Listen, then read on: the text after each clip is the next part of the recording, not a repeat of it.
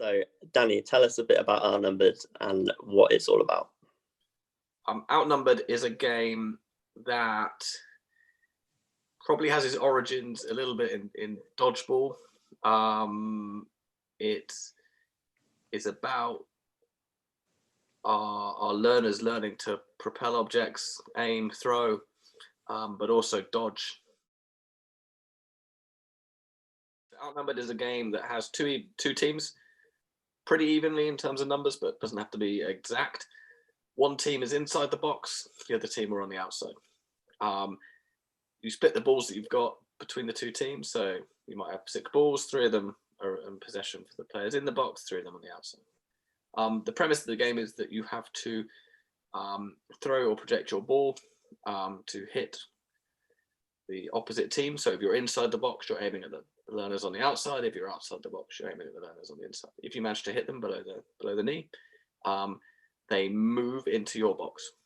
And the idea is that we try and get everyone onto the inside if we're the inside team, or everyone onto the outside.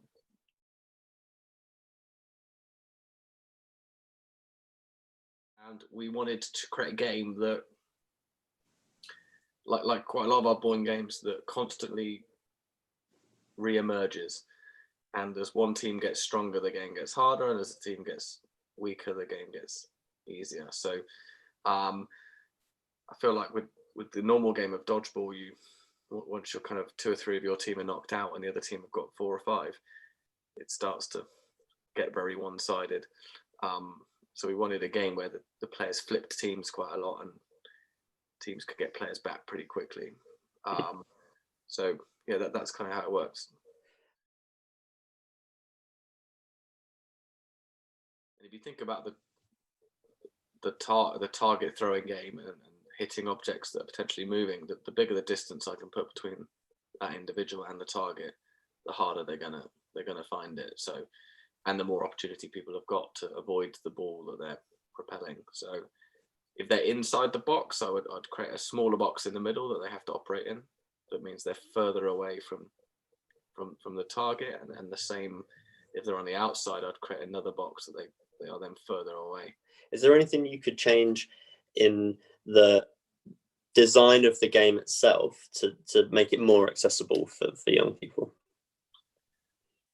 I think you can operate on a life system, so they almost get, you know, if you hit 3 times, then you change teams to give them a greater degree of error that they can.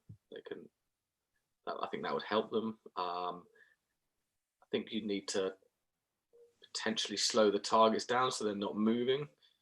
I guess it depends which bit they're struggling with. If they're struggling with the throwing and the target, then keeping the players on the outside static so they have spots to stand on so that they're easier to hit. And the same on the inside could potentially work. Giving certain players superpowers so that they can't be tagged, so they can go around and protect others, or it doesn't matter if they get hit. I think it's quite a good way of getting it right. So yeah, I think playing around with the individual rules within the game to just kind of get that level of stretch to be right. And I think you might have to have different rules for different learners, especially in you've got a diverse group in front of you.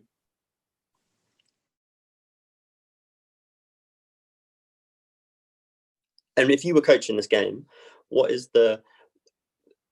and trying to keep boy, we talk all the time about keeping things on the edge of chaos and the coach managing that chaos. Where is the line of too much chaos for you in this game?